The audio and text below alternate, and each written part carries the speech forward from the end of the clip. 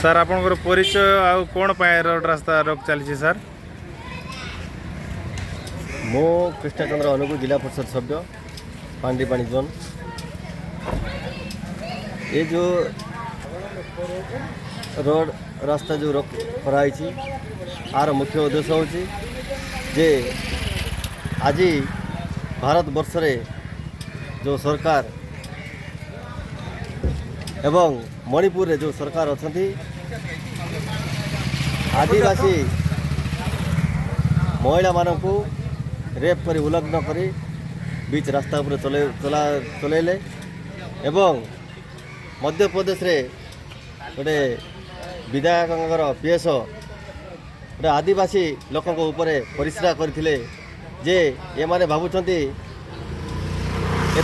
ये आदिवासी माने किछि नहीं एते इन चक्रे जो देखुचंती आदिवासी मानकू तार प्रतिवाद रे आज आमे ए राज रास्ता सब बंद करिछु। आउ आगामी दिन में जदि ए भलिया पुणी थरे हुए ताले ए आदिवासी मानकर कौन ताकत अच्छी आदिवासी माने आगामी दिन रे सरकार को देखै देबे।